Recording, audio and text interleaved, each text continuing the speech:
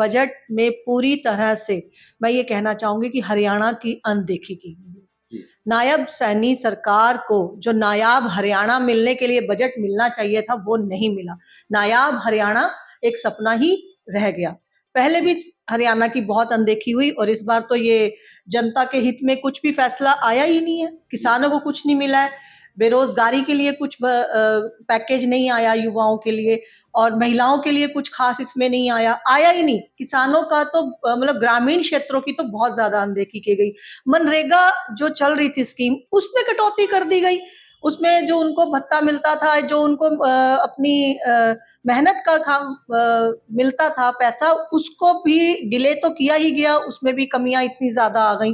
तो ग्रामीण क्षेत्रों की तो बहुत ज्यादा ही अनदेखी की गई। उस पर आज जो एक नया आया है कि भारत के किसानों के साथ जो एक डील हुई है आज अमेरिका में भारत की, उसमें सबसे ज्यादा नुकसान भारत के किसानों को हुआ है। तो किसानों की, दलितों की बहुत ज्यादा इस बजट में अनदेखी हुई है। गरीबों की तो के लिए तो कोई पैकेज आया ही नहीं। कुल मिला के बहन जी, ये बजट है, ये निराशावादी है या आशावादी है?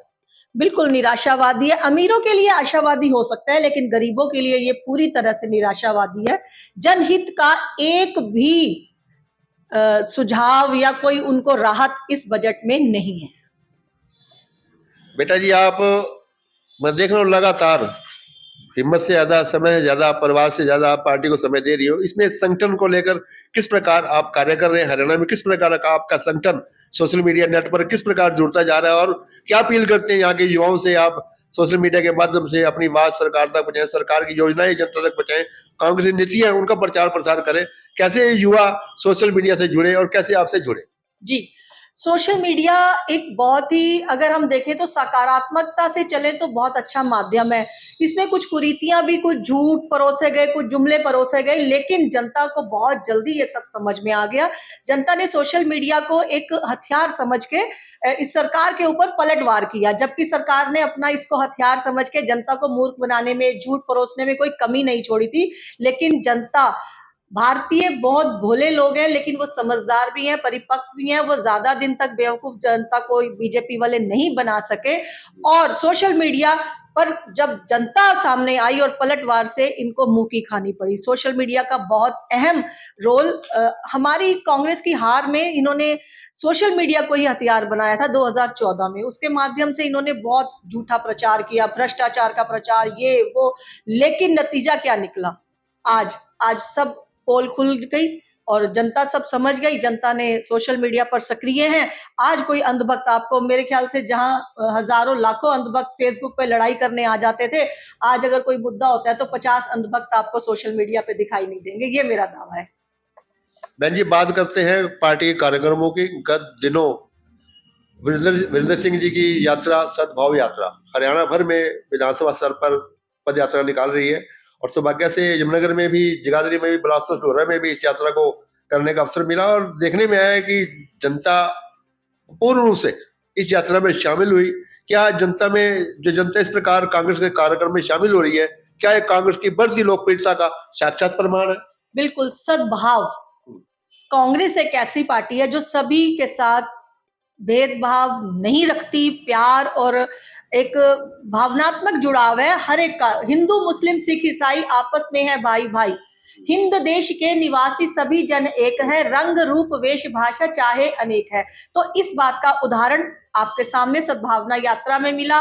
उससे पहले हमारे कई शीर्ष नेतृत्व ने यात्राएं निकाली और जनता ने बहुत समर्थन दिया और पार्टी ने भी उनको सहयोग किया। इसी तरह से हर नेता अपने तरफ से कांग्रेस पार्टी के लिए जो कर सकता है, जो भी उनको लगता है कि हमें यहाँ कमी है, नफरत का बाजार जैसे बहुत ज्यादा आजकल खुला हुआ है, तो राहुल जी ने कहा था कि ये नफरत की दुकानें हमने बंद करके मोहब्बत की दुकान खोलनी है।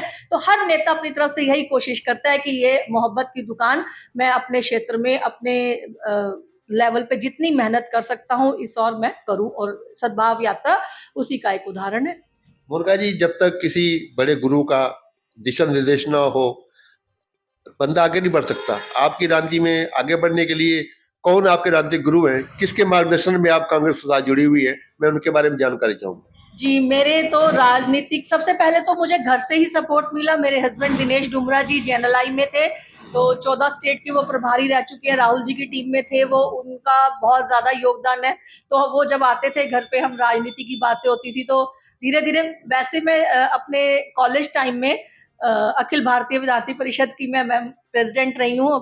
तो उसके बाद धीरे-धीरे दुर्गा वाहिनी की मैं रही। मैं उस टाइम पर अभी जैसे समझ नहीं थी, तो एक वेव चली थी, तो उस टाइम राम मंदिर की, तो हम लोग भी साथ जुड़ गए। लेकिन जैसे-जैसे समझ आती गई, तो कुछ चीज़ें उनकी हमें पसंद नहीं आई, वो आइडियोलॉजी, जो फिर कांग्रेस में मुझे लगा कि नहीं, कांग्रेस की जो आइडियोलॉजी है वो मेरी विचारधारा को सूट करती है।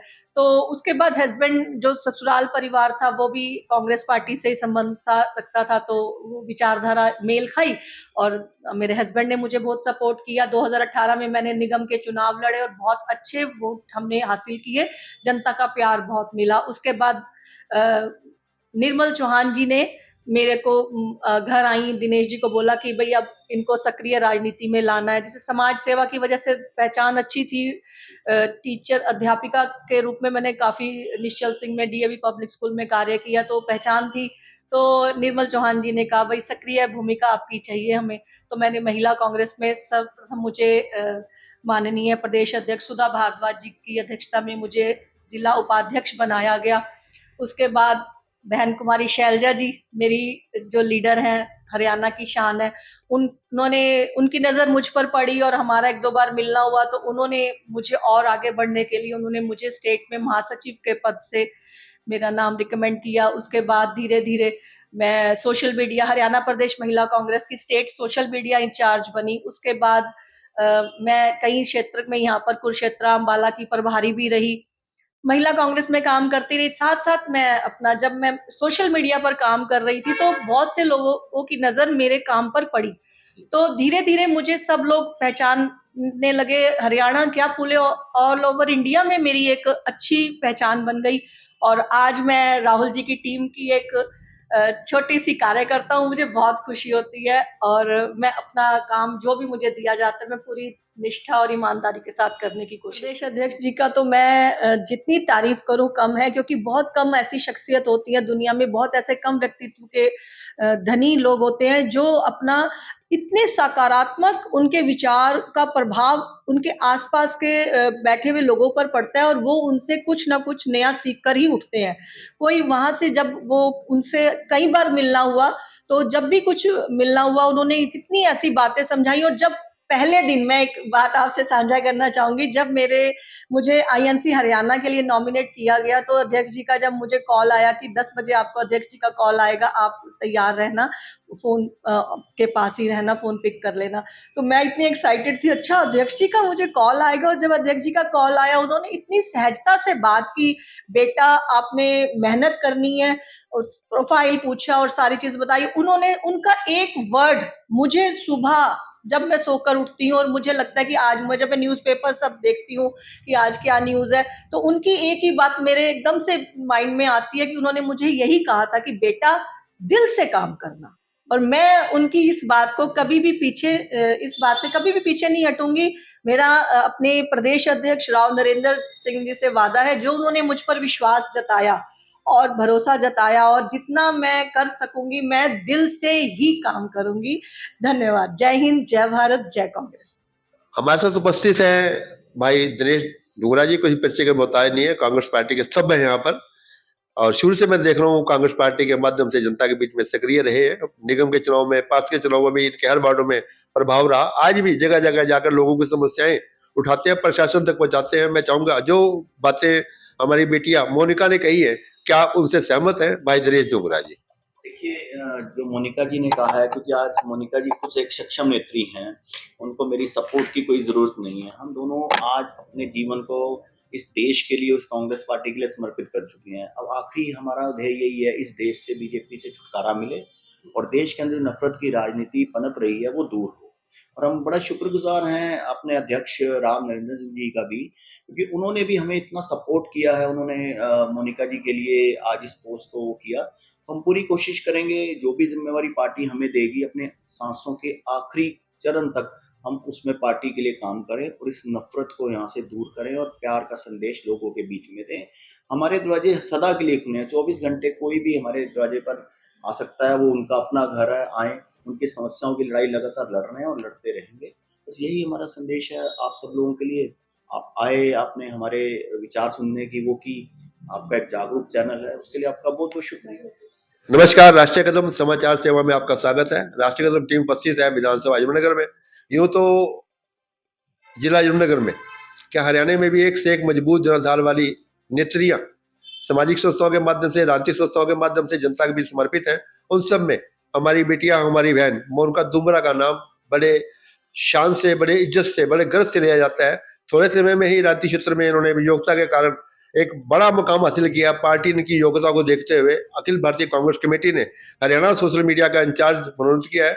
मैं अपनी ओर से अभी सभी साथियों की ओर से बहन जी को मुबारकबाद देता हूँ और ये जानना चाहूंगा कि गत दिनों केंद्र सरकार ने पार्लियामेंट में बजट पेश किया है, उस बजट को लेकर किस प्रकार की प्रतिक्रिया देगी हमारी कांग्रेस नेत्री मोनिका दुमरा जी।